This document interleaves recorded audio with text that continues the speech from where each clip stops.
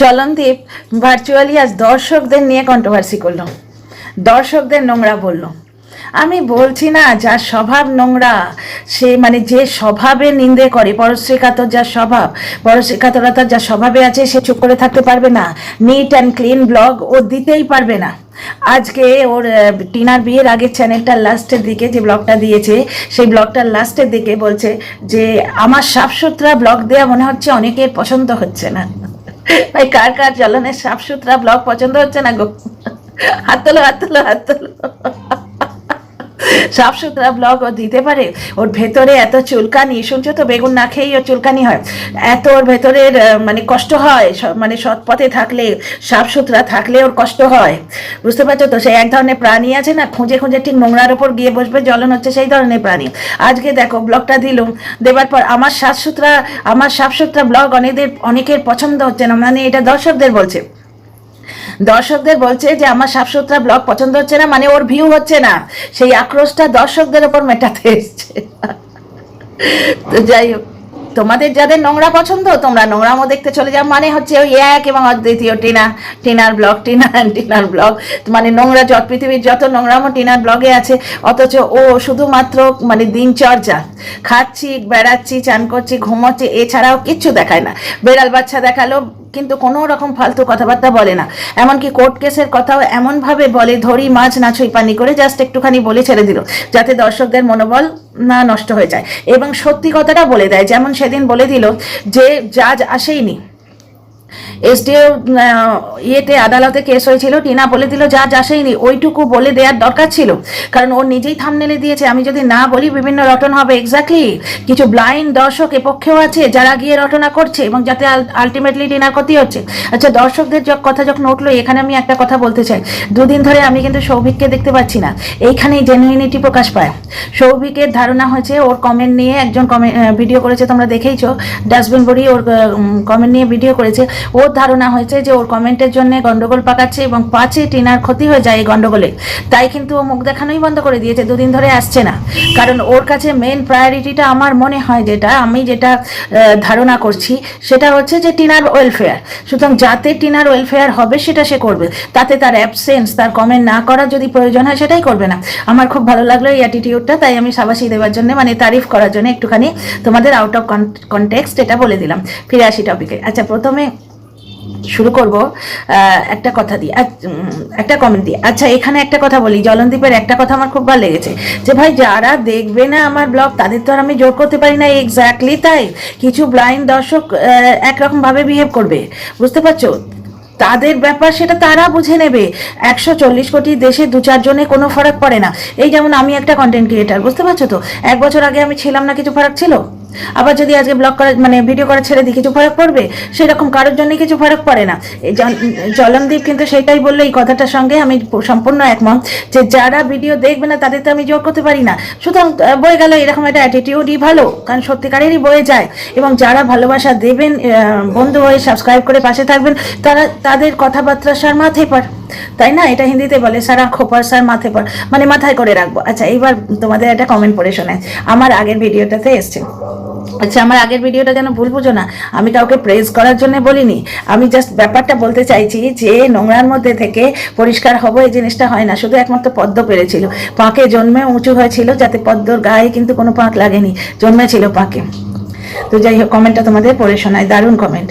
প্রথম কমেন্টটা লিখছেন সৌমিত্র দে। ওই ম্যাডাম খুব ভালো করে জানে যে সু আর সঞ্জয় ওয়াইটির মারাদোনার মেসি, সে যাদের নিয়ে কাজ করছে তারা ওয়াইটির চারাপোনা। ভারী মজা লেগেছে সত্যি। সু আর সঞ্জয় সত্যি ওয়াইটির কি বললো এটা, মারাদোনার মেসি। সঞ্জয় ভাইয়ের একটা লাইভে জয়েন করা নিয়ে দুদিন ওয়াইটি উত্তাল, ব্লগাররা গেল তেল লেনে, এখন দুজনে এই সঞ্জয় ভাইয়ের লাইভ জয়েন করা নিয়ে চলছে ওয়াইটি। আচ্ছা, তার এই মুশকিল হয় জানো তো, অন্য ফোন থেকে দেখলে না আমি খুঁজে পাই না কমেন্টটা। আর একটা খুব সুন্দর কমেন্ট এসছে,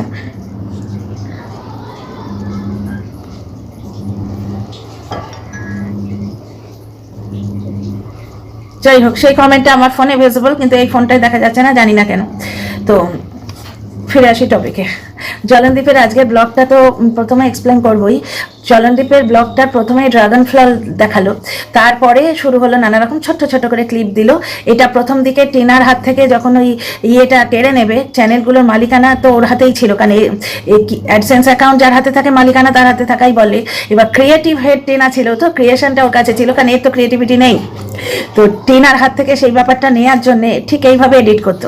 আজকেও যেভাবে এডিট করেছি, ছোট্ট ছোট্ট করে একটু সামনে দেখিয়ে দিল, ঠিক ব্লগের সামনে এরম দেখিয়ে দিত। ওর মাথার যন্ত্রণা করছে, তো তাই মাকে আমি হেল্প করে দিলাম, একটা রুটি হয়তো সেঁকে দিয়েছে, বুঝতে পারছো? আচ্ছা, প্রথমেই কি দেখলাম, বাচ্চাটাকে বলছে ডোনাট এনেছি। তো বাচ্চাটা বলছে তুমি তাহলে মিথ্যে কথা বলছো। তার মানে এই কাজগুলো জলনদীপ করে থাকে। একটা ওইটুকু বাচ্চা, একটা 4 বছরের ছেলে মিথ্যে কথাটা শিখলো কি করে? সত্যি মিথ্যের বোধ ওর আছে? তার মানে এইরকম অনেক কাণ্ড জ্বলন করে থাকে। ক্যামেরায় দেখাবার জন্য মানে বাক্সতে বললো যে ডোনাট আছে, ভেতরে হয়তো নেই। ছেলেটার এক্সপিরিয়েন্স আছে, ওই জন্য ও বলছে যে তুমি মিথ্যে কথা বলছো। আচ্ছা, একটা পয়েন্ট গেল। তারপরে আর একটা জিনিস দেখলে, জ্বলনের রুটি করা। ঠিক আমরা মেয়েরা যেভাবে রুটি করি, ময়দা লাগিয়ে একদম মানে সেই হাতটা থামে না, একদম গোল গোল রুটি হয়। আগের দিন যেদিন আমি বলেছিলাম যে এরকম করে রুটির থালাটা নিয়ে জ্বলন ওপর দিকে তাকালো, স্পষ্ট মনে হচ্ছে ক্যামেরা ধরে ওখানে কেউ দাঁড়িয়ে আছে, মনে হচ্ছে না? যেমন এই দেখো আমার ফ্যানের ছায়াটা ওখানে পড়েছে, তো ছায়া দেখে স্পষ্ট বোঝা যাচ্ছে। এখানে অবশ্য ফ্যানটাও দেখা যাচ্ছে, কিন্তু এই ফ্যানটা যদি তোমরা দেখতে না পেতে তাহলে ছায়াটা দেখে স্পষ্ট বোঝা যেত যে ওখানে ফ্যানটা আছে। ঠিক সেই রকম এরকম করে রুটির থালাটা নিয়ে সামনের দিকে তাকাচ্ছে, স্পষ্ট বোঝা যাচ্ছে ওখানে কেউ ফোন ধরে দাঁড়িয়ে আছে। অথচ তার আগে সে নেই, দেখালো বাবা মা বাচ্চা সোফার কাছে বসে আছে। তাহলে সেদিনের রুটিগুলো দেখেছিলে, গোল গোল একদম পারফেক্ট রুটি, আর এতগুলো। আর আজকে জ্বলনের রুটি করার ভঙ্গিটা দেখলে, যেভাবে আমরা লুচি করি, মানে রুটি কিন্তু আটা লাগিয়ে লাগিয়ে এইভাবে কেউ করে না, তাতে রুটি ফোলে না, রুটিতে চাপ পড়ে। ময়দা লাগিয়ে এরকম মানে ফ্লুয়েন্টলি একদম হাত থামবে না এমনভাবে রুটি করে। এবার পুরুষ মানুষ যেভাবেই করছে স্বাভাবিক, পুরুষ মানুষ মেয়েদের মতো অতটা এক্সপার্টভাবে পারবে না, এটা খুব স্বাভাবিক। কিন্তু ওর রুটিগুলো আজকে দেখে স্পষ্ট বোঝা যায় না আগের দিনের ওই যে 1 পাঁচা রুটি, ওটা জ্বলনের করা নয়। রুটি করার ভঙ্গিটা দেখলে, এরকম আটা লাগিয়ে লাগিয়ে টেনে টেনে রুটি করছে, যেভাবে লুচি করা হয় বা বাটুরা বেলা হয়, বারবার তেলের মধ্যে লাগিয়ে এরকম টেনে টেনে ঘুরিয়ে ঘুরিয়ে বেলা হয়। রুটি কিন্তু ওইভাবে করা হয় না, 1 নম্বর কথা। আর ওই রকম ভাবে রুটি করলে ফোলেও না, 1 নম্বর কথা। এবং দ্বিতীয় কথা, আজও যেন আমার মনে হলো যে ফোনটা কেউ ধরে আছে। আচ্ছা, 2 নম্বর পয়েন্ট হচ্ছে, দেখো বাবার জন্যে মাছের ঝোল। আজকে মাছের ঝোলটা ছিল তাই কিন্তু সে দেখালো। সেদিন ফুলকপি দিয়ে ডিমের ঝোল হয়নি তাই দেখায়নি, মুখে বলে দিয়েছে। এবং এই জন্যই বাচ্চাটা বলছে তুমি তাহলে মিথ্যে কথা বলছো। তার মানে জ্বলন এরম কাণ্ড করে। এনেছি, মাইকে বলছি, মানে ক্যামেরায় বলে দিল আমি এনেছি, অথচ আনেনি। বাচ্চাটাকে ভোলাবার জন্যে এরম করে হয়তো একটা কিছু, মানে তোমার কি বলে ওটাকে, ঠোঙা এরকম করে দেখিয়ে বলে এই দেখ তোর জন্য এনেছি। একদিন আমরা দেখেওছি বাচ্চাটার মাথার উপর দিয়ে জ্বলনের মা এরকম করে হাত বাড়িয়ে জিনিসগুলো নিয়ে নিল। তার মানে কি জ্বলনের মা জানে যে মুখে বলছে বাচ্চাটার জন্য খাবার এনেছে, আদৌ আনেনি। না হলে বাচ্চারা কেন বলবে যে তুমি মিথ্যা কথা বলো না? এক ছোট ছেলে, কই তোমার আমার বাড়িতে তো ওইটুকু বাচ্চা সত্য মিথ্যে, পাপ পুণ্য, হোস্টেল কাকে বলে, এই জিনিসগুলো তো জানে না। তাহলে জ্বলনের বাড়ির বাচ্চারা জানে কি করে? তার মানে ওদের বাড়িতে মিথ্যে কথা বলাটা খুব ইজি, এবং চল আছে ওদের বাড়িতে মিথ্যে কথা বলার। একটা পয়েন্ট গেল। আচ্ছা, দ্বিতীয় কথা হচ্ছে, বাড়িতে রুটি হচ্ছে ওর মা জানে না তাই হয়, মায়ের অজান্তেই রুটিগুলো করে নিচ্ছি, মা ঘুমিয়ে পড়েছে, ব্যাপারটা তা নয়। জ্বলনের মা প্রথম থেকেই রুটি করতে চাইতো না, অনেক দিন আগে। জ্বলন টাইটেল দিয়ে ভিডিও করেছিল, আমি একদিন চালু করে দিয়েছি রুটি করার ব্যাপারটা, এবার থেকে রুটি হবে। একদিন ছেলেকে নিয়ে ব্লগ দেখিয়েছিল যে চলো আমরা দুজনে মিলে রুটি করি। জ্বলনের মা রুটি করতে চায় না, কারণ রুটিতে একটা মেহনত আছে। সারাদিনের সব কাজগুলো যদি তাকে দিয়ে করানো হয়, তাহলে রুটি করতে তার প্রবলেম হবে না। রাত দুপুরবেলা, রাত্রির বেলা জ্বলনের মা মেনলি কোনো কাজ করতেই চায় না, গরমকালেও আমরা দেখতাম। এবং এই জিনিসটা কিন্তু হয়, সারা দিন খাটনির পর সন্ধেবেলা শরীর ছেড়ে দেয়।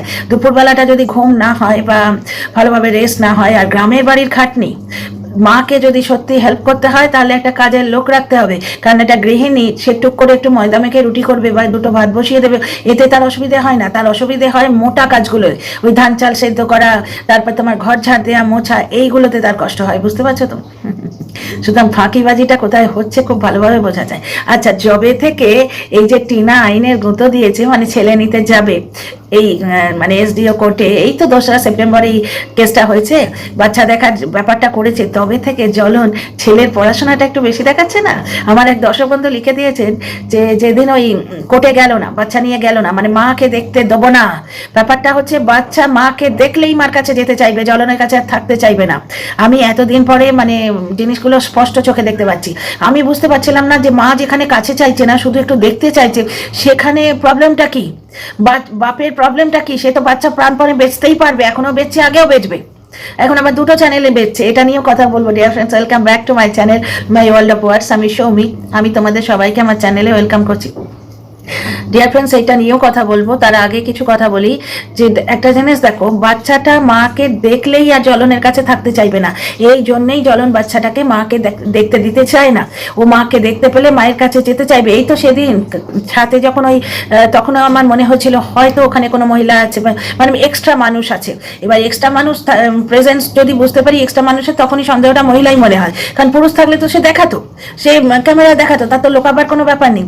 আজকে একটা জিনিস দেখলে, যেখানে খেতে বসেছে সেখানে আর একটা থালা উঁকি মারছিল, বাই চান্স ক্যামেরার রেঞ্জে চলে এসেছে। এবার তোমরা বলবে ওটা বাচ্চাটার থালা, বাচ্চাটার থালা যদি হতো তাহলে সে ক্যামেরায় দেখাতো, পুরো এমনভাবে ক্যামেরার অ্যাঙ্গেল রাখতো যাতে বাচ্চাটা খাচ্ছে সেটাও দেখা যায়, তাই না?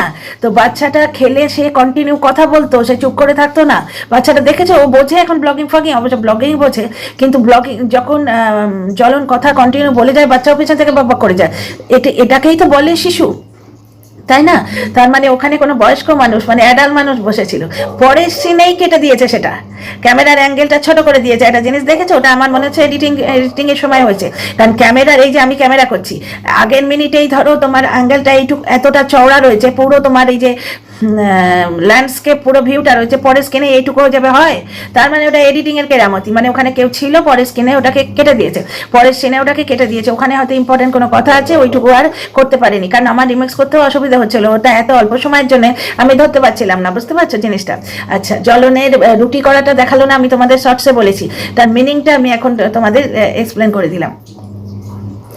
আচ্ছা, জবে থেকে টিনা এসডিও কোর্টে আপিল করেছে বাচ্চার জন্য, লোকে জানতে পারছে যে বাচ্চার জন্য টিনা কতখানি কাতর, এবং টিনা বাচ্চাটাকে নিয়ে যাবার চেষ্টা করছে বা বাচ্চার সঙ্গে যোগাযোগ করার চেষ্টা করছে। তবে থেকে জ্বলনদীপ বাচ্চার পড়াশোনা এই জিনিসগুলো একটু বেশি করে জোর দিচ্ছে, ক্যামেরায়, কারণ মিথ্যে কথা বলবে না, কিন্তু বাচ্চাই বলে দিয়েছে, বুঝতে পারছো তো? বাকিটা তার মানে মিথ্যে কথাই, রটনা, অনেকটাই দেখানো প্রমাণ হয়ে গেল আজকে। তো যাই হোক, তো আজকে লক্ষ্য করলে যখন ওই প্লাস্টিকের শাওয়ার দেখাচ্ছে, তখন বইগুলো পাশে রাখা আছে, বাচ্চা উড়ে বাবারে কতগুলো বই গো, বাচ্চা নার্সারিতে পড়ে না এমএতে পড়ে ভাই, গোড়ায় গলতটা না কিন্তু চোখে দেখে বোঝা যায়। যারা কিছু ব্লাইন্ড দর্শক আছে, যারা বুঝেও বুঝবে না, তারা তাদের বোঝানোর মানে ঠেকা নিয়েও রাখিনি, জাগে নাই বুঝলো। কিন্তু একটা জিনিস দেখো, বাচ্চার প্রতি সজাগ হলে পিটিএমে যেত, বাচ্চার প্রতি সজাগ হলে সে 1 ঘন্টা সিরিয়াসলি উইদাউট ক্যামেরা বাদ দিয়ে বাচ্চাটাকে পড়াতে বসতো। ওই রকম ক্যামেরায় দেখিয়ে ঠাকুমা কাজ করছে আর বলো এ, বলো বি, বলো সি, ওরকম করতো না, কারণ বাচ্চাটা এবিসিডি লেভেল পেরিয়ে এসছে। ও কি সারা জীবনই এবিসিডি পড়বে? যখনই পড়াতে বসে খালি এবিসিডি, কেন 3 অক্ষরের 4 অক্ষরের ব্যাপারে যাবে না ও শব্দগুলো? বাংলাতে বাংলা মিডিয়ামেই যদি পড়ে, ইংলিশ ছেড়ে দাও, বাংলা মিডিয়ামে পড়লেই বা এখন তো অচল অধম এই স্টেজ চলে এসছে। তো সিরিয়াসলি বাচ্চাকে পড়াতো, যদি বাচ্চার জন্য সিরিয়াসলি কনসার্ন থাকতো। সেন্সেশন ব্লগে একদিন আমি দেখেছিলাম, মা মেয়ে পড়ছে, বাবা পেছন থেকে এসে ব্লগিং করছে, ফট করে ওরা যেমন ভাবে তাকালো, স্পষ্ট বোঝা যায় যে ওরা বোধ হয়েছিল, নিজেদের কাজে মগ্ন হয়েছিল। বাবা হয়তো ভেবেছে যে এই ক্লিপটা নেওয়া উচিত, কারণ ওখানে দুজনে মিলে ব্লগিং করে, হাজব্যান্ড ওয়াইফ, দেখতেই পাও তোমরা যারা সেন্সেশন রেগুলার দেখো। আচ্ছা, 1 নম্বর পয়েন্ট। 2 নম্বর পয়েন্ট হচ্ছে, বাচ্চাটাকে সত্যিই যদি ও ভালো চাইতো, ভালো করে মানুষ করতে চাইতো, তাহলে 4 বছর হয়ে গেছে, ভালো স্কুলে ট্রাই করতো। এখন আমাদের এদিকে কিন্তু একটা স্টেজ, একটা বয়স পেরিয়ে গেলে বাচ্চাকে আর নেয় না, মানে পার্টিকুলার ওই ক্লাসে তো নেবেই না, হায়ার ক্লাসে দিতে বলবে, এবং হায়ার ক্লাসে সে এক্সাম দিয়ে পারবে কিনা সন্দেহ আছে, বুঝতে পারছো? বাচ্চাটার জন্য তাহলে ভালো স্কুলের দরজা কিন্তু বন্ধ হয়ে যাচ্ছে আস্তে আস্তে। এখন ওয়েস্ট বেঙ্গলে আমাদের সময় কিন্তু অ্যাডমিশন দিয়েই ঢুকতে হতো, এখনকার রীতিনীতি জানি না, আমাদের এখানে কিন্তু অ্যাডমিশন টেস্ট দিয়েই ঢুকতে হয়। তো এবং ধরো নার্সারির বাচ্চা 4 বছর বয়স হয়ে গেলে তাকে আর ওই 2.5 এজে যারা পড়ছে তাদের সঙ্গে দেবে না, কারণ তার নিজেরও লাগবে যে আমি সিং ভেঙে বছরের দলে ঢুকছি, বুঝতে পারছো?